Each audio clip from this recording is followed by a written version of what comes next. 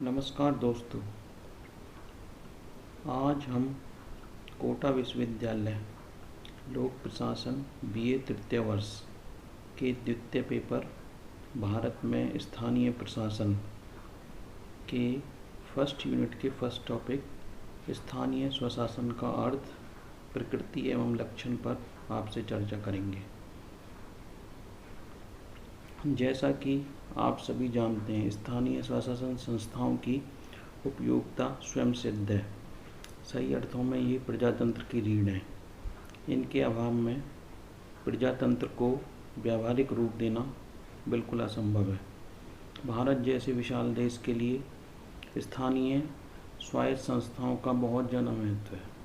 केंद्र में बैठे 10-20 लोगों द्वारा देश के प्रशासन का कुशलतापूर्वक ना तो संचालन किया जा सकता, न ही वह सही प्रजातंत्र है। सही प्रजातंत्र वह नहीं है जिसमें आम जनता को शासन से प्रत्यक्ष रूप से नहीं जोड़ा जाए। कुछ समय के अंतराल के पश्चात केवल मतदान में भागीदारी समुचित नहीं है। नागरिकों को प्रजातांत्रिक संस्थाओं के माध्यम से अपना प्रबंध करने में भागीदारी करने का अवसर अवश्य मिलना चाहिए। नगर निगम, नगर पालिकाएँ, ग्राम पंचायत, ग्राम सभा आदि स्थानीय स्वशासन की वे इकाइयाँ हैं जो वस्तुतः हमारे लोकतंत्र की आधारशिलाएँ हैं। इनका महत्व और उपयोगिता किसी भी दृष्टि से हम कम नहीं आंक सकते। स्थानीय स्वशासन का महत्व प्राचीन काल से चला आ रहा है तथा राजाओं के राजकाल में भी शासन की इन इकाइयों की आवश्यकता अनुसार स्थापना होती रही है। यदि हम प्राचीन समय के राजनीतिक और प्रशासनिक इतिहास पर दृष्टि डालें तो हमें जानकारी मिलेगी कि इन संस्थाओं का अस्तित्व किसी न किसी रूप में सदैव हर काल और हर राज्य में विद्यमान रहा है। समस्त विश्व में लोकतांत्रिक विचारों के विस्तार के साथ ही यह विचारधारा भी साथ साथ चली है कि स्थानीय शासन को स्थानीय व्यक्तियों के द्वारा ही संचालित किया जाना चाहिए।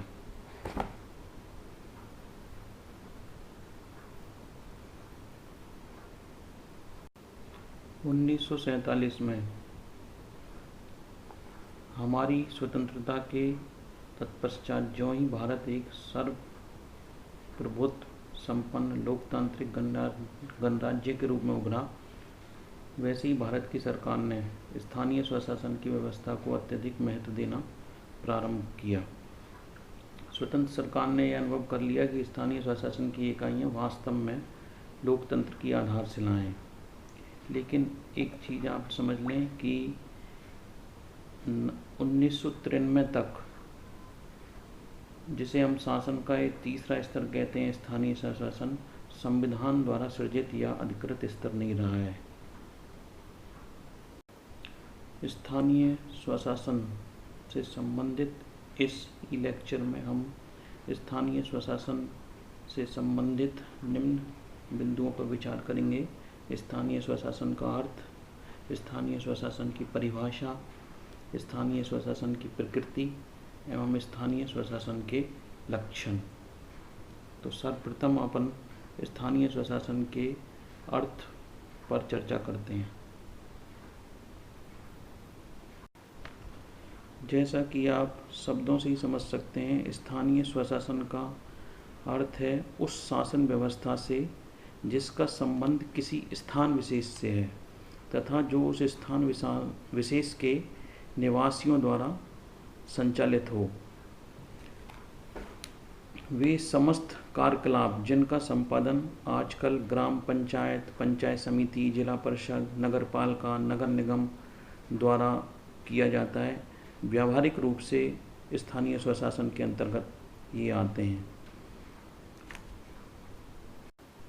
कुल मिलाकर अपन कह सकते हैं कि स्थानीय स्वशासन से का अर्थ उन संस्थाओं से हैं जो जनता द्वारा चुनी गई हैं, जिन्हें राष्ट्रीय या प्रांतीय शासन के नियंत्रण में रहते हुए नागरिकों की स्थानीय आवश्यकताओं की पूर्ति के लिए अधिकार और दायित्व प्राप्त होते हैं।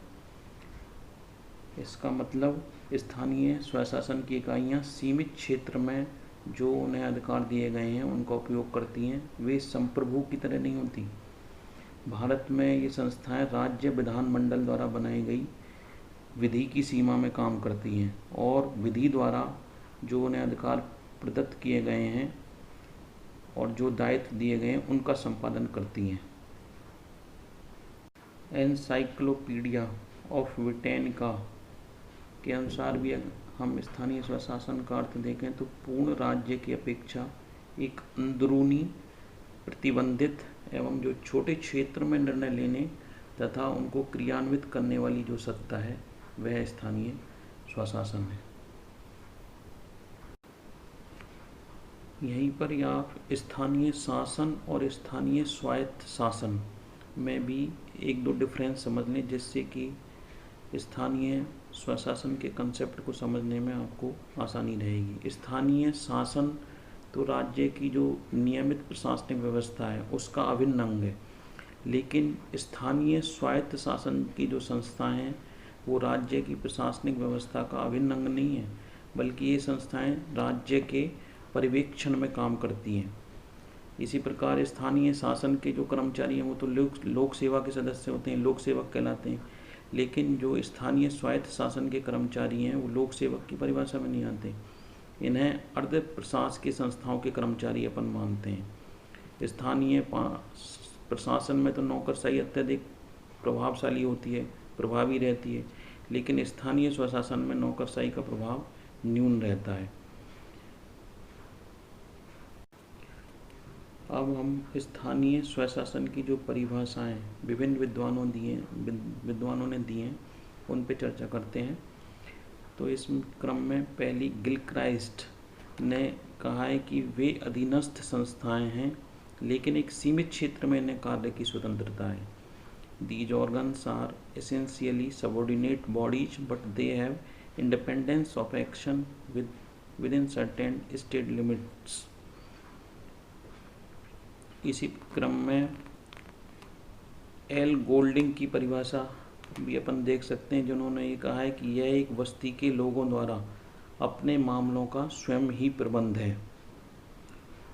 ये भी एक बहुत अच्छी परिभाषा है। इसी प्रकार एडी आशीर्वादम की परिभाषा अपन देखें स्थानीय स्वशासन के संबंध में, तो उन्होंने कहा है कि स्थानीय स्वशासन केंद्र सरकार या राज्य सरकार के अधिनियम द्वारा निर्मित एक ऐसी प्रशासकीय इकाई है जिसमें नगर या ग्राम, जहां एक क्षेत्र की जनता द्वारा निर्वाचित प्रतिनिधि होते हैं और जो अपने दायित्व क्षेत्र की सीमाओं में प्रदत्त अधिकारों का उपयोग लोक कल्याण के लिए करते हैं। तो उन्होंने स्थानीय स्वशासन को इस प्रकार से परिभाषित किया है।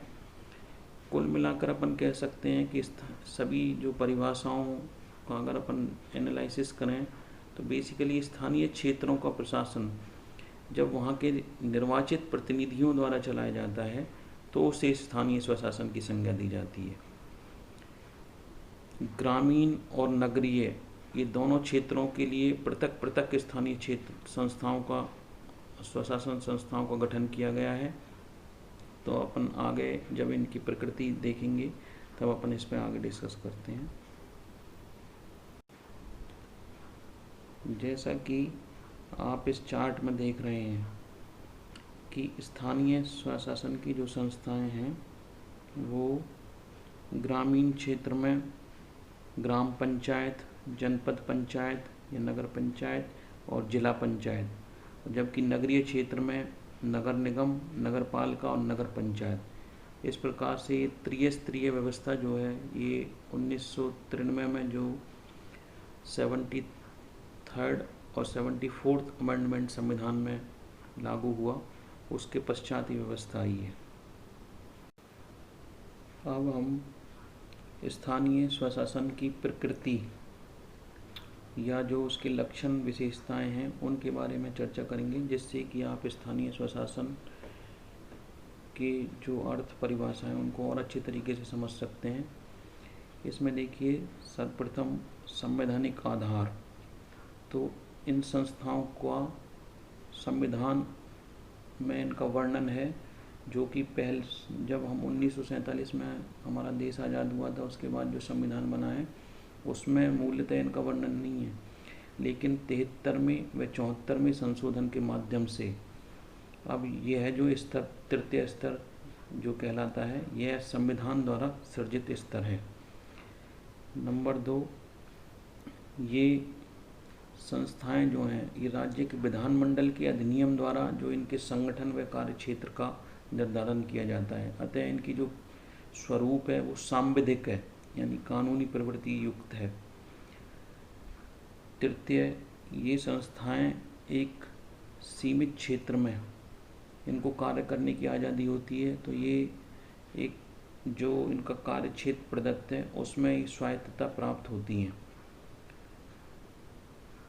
नेक्स्ट, ये संस्थाएं जो संघ सूची और राज्य सूची और समवर्ती सूची, 3 सूचियाँ हमारे संविधान में वर्णित की गई हैं, उनमें से ये राज्य सूची के विषय के अंतर्गत आती हैं।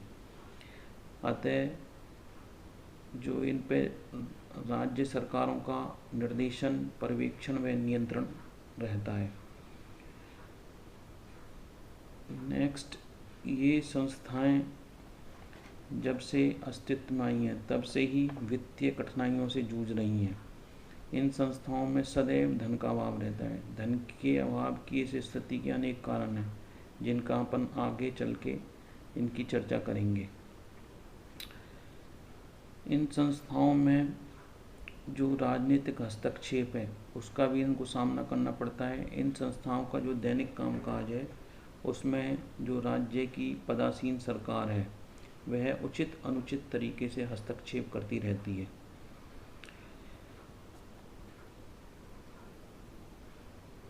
भारत में जो स्थानीय स्वशासन की जो संस्थाएं ये 2 भागों में विभाजित हैं। पहली ग्रामीण स्थानीय स्वशासन संस्थाएं और दूसरी नगरीय स्थानीय स्वशासन की संस्थाएं। दोनों ही प्रकार की जो स्वशासन की संस्थाएं हैं पृथक पृथक प्रशासनिक विभागों को नियंत्रण रहता है।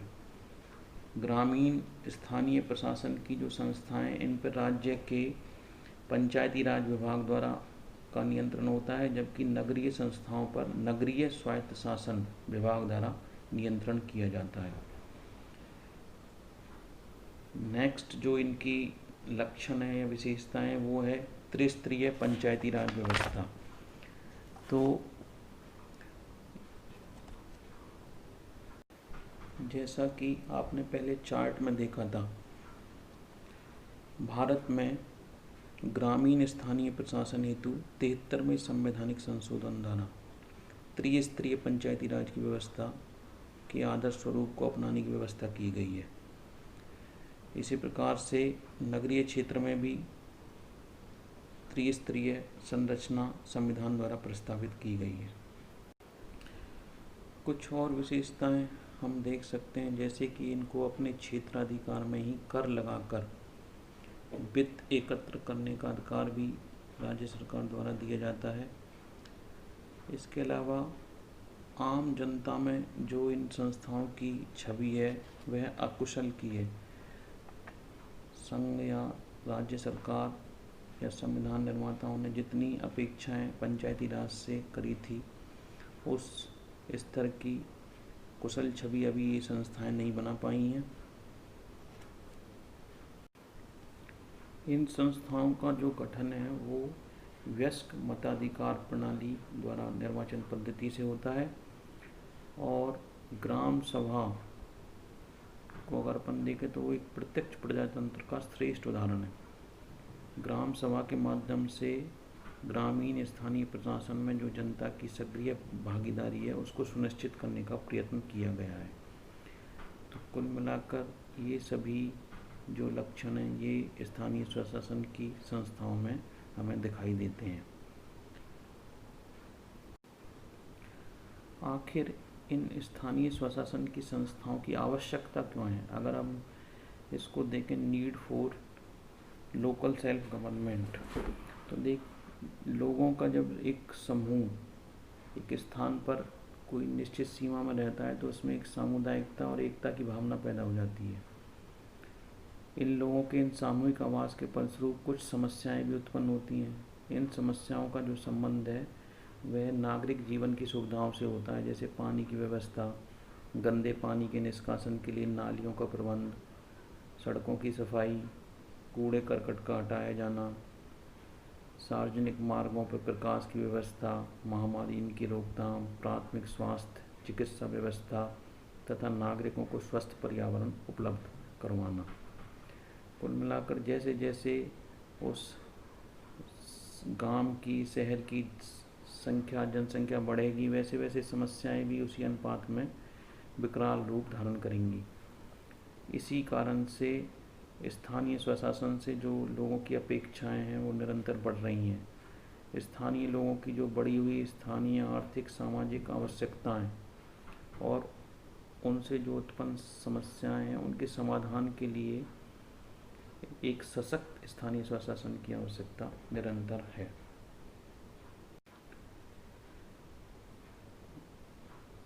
नेक्स्ट वीडियो में हम स्थानीय स्वशासन संस्थाओं का जो महत्व है उसके बारे में डिस्कस करेंगे। Thank you very much.